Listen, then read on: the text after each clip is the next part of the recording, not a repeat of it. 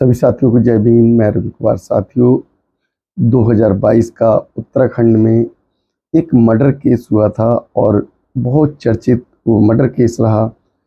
उस murder case में जो कि रिजॉर्ट के संचालक पुलकित आर्य, जो कि बीजेपी नेता के जो बेटे थे, कैबिनेट मंत्री होते हुए उत्तराखंड की अगर बात करें तो उत्तराखंड में पुलकित आर्य, जो कि एक रिजॉर्ट संचालक था और मंत्री का बेटा तो था ही, उसके चलते जो बीजेपी के आज के इतिहास को अगर देखा जाए 10 सालों में कोई भी ऐसा केस नहीं आया जिसमें अपराधियों को सजा मिली हो। लेकिन 10 साल के बीजेपी के इतिहास में अब ये पहला केस आया है जिसमें सजा सुनाई गई। जब से बीजेपी सरकार बनी कोई भी ऐसा केस नहीं सुनने को मिला जिसमें दोषियों को सजा मिली हो। लेकिन उत्तराखंड में बहुत चर्चित रहा केस अंकिता भंडारी केस। उस केस में 30 सितंबर यानी कि कल जज के द्वारा एक सजा सुनाई गई और के आरोपी रहे पुलकित आर्य, अंकित गुप्ता और सौरभ भास्कर ने मिलकर अंकिता का मर्डर कर दिया था।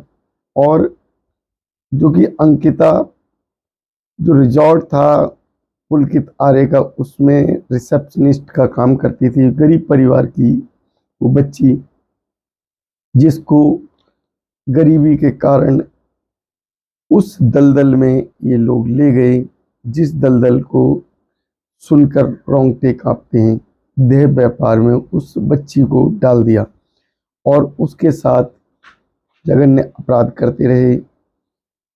लेकिन 2 वर्ष 8 महीने के बाद इस केस में 30 सितंबर को वो अंतिम पड़ाव आया जब जज के द्वारा अपना निर्णय सुनाया गया।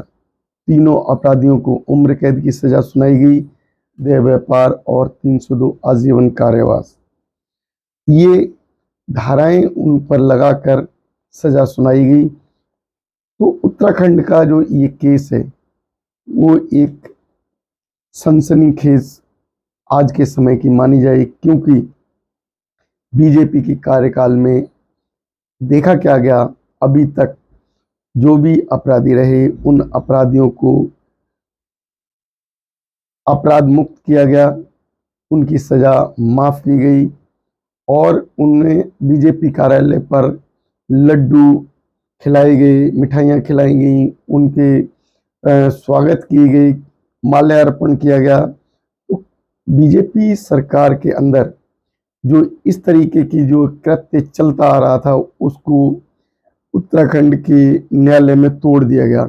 इस तरीके का जो अपराध हुआ वो अपने आप में बहुत ही जघन्य अपराध था, क्योंकि एक गरीबी का फायदा उठाकर अगर कोई रिजॉर्ट संचालक उसके साथ रिलेशन बनाता है, उसको देह व्यापार में डाल देता है और फिर जब मामला ज़्यादा बढ़ जाता है, जब खुलने की बात आती है तो उसको मार दिया जाता है और मारने में पूरी स्टोरी क्रिएट की जाती है। और उसके बाद जब उसका लापता होने का जो गुमशुदगी होने की जो रिपोर्ट उसके पिता के द्वारा लिखाई जाती है, तब पता लगता है कि पुलिस जांच में उस लड़की का मर्डर हो चुका। और मर्डर होने के बाद जब रिजॉर्ट के कार्यकर्ता कर्मचारी उनसे पूछताछ की जाती है तो इस मामले का पूरा खुलासा होता है।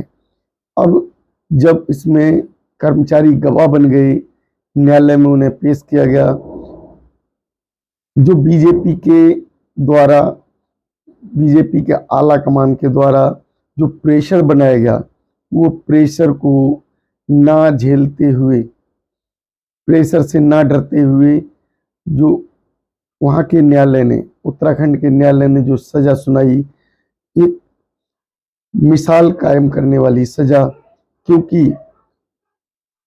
आज के समय हम देखते क्या हैं कि बीजेपी के नेता, बीजेपी के कार्यकर्ता जो भी कुछ ऐसा केस करते हैं, वो प्रेशर डालकर या तो केस लिखा नहीं जाता, अगर केस लिखा भी जाता है तो उसको छोड़ दिया जाता है।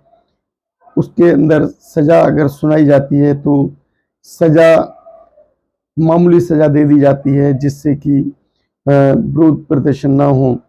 लेकिन ये अपने आप में एक मिसाल कायम करने वाला निर्णय है उत्तराखंड न्यायालय के द्वारा। जो भी इस तरीके का अपराधी था उसको सज़ा दी गई। पुलकित आर्य के पिता जो कि कैबिनेट मंत्री रहे बीजेपी सरकार में, और उसी के चलते इस केस को दबाने की बहुत कोशिश की गई, लेकिन दबाव में ना आते हुए जज के द्वारा जो निर्णय लिया गया और उन्हें आजीवन कारावास की सज़ा सुनाई गई, तो ये एक बीजेपी के कार्यकर्ताओं को, बीजेपी सरकार की उस नीति को करारा झटका है जो अब तक खेल खेला जा रहा था।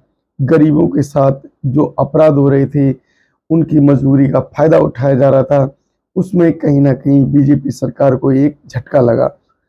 अब जो इस तरीके से जो केसेस होते हैं, उन केसेस को दबाने का जो कार्य चल रहा था, उस पर कहीं ना कहीं लगाम लगने की उम्मीद लगती है, क्योंकि बीजेपी सरकार जो कि लगातार कटघरे में खड़ी की गई, बीजेपी सरकार के नेताओं का प्रेशर आने के बावजूद जज के ऊपर जो है भी प्रेशर आया होगा, क्योंकि उत्तराखंड में डबल इंजन की सरकार, उत्तराखंड के मंत्री के बेटे को बचाने के लिए जो दबाव बनाया जा सकता था वो दबाने की पूरी कोशिश की गई, दबाव बनाने की कोशिश की गई, लेकिन दबाव ना मानते हुए जो केस को देखकर जज ने जो फैसला दिया वो वाकई एक सराहनीय केस का फैसला है। इस तरीके के अगर केसेस आते हैं तो जज साहब को इसी तरीके के फैसले सुनाने चाहिए, गरीब को न्याय मिलना चाहिए, तभी तो हमारे देश की जो न्याय व्यवस्था है उस पर सवालिया निशान जो लगते रहे हैं, उनसे न्याय व्यवस्था को छुटकारा मिलेगा, न्याय व्यवस्था स्वतंत्र होगी, तभी गरीब को न्याय मिल सकेगा। हमारी इस वीडियो से आपको क्या संदेश जाता है, हमें हमारे चैनल पर अवश्य बताएं। चैनल को सब्सक्राइब करें, वीडियो को लाइक और शेयर अवश्य करें। नमो बुद्धाय, जय भीम साथी।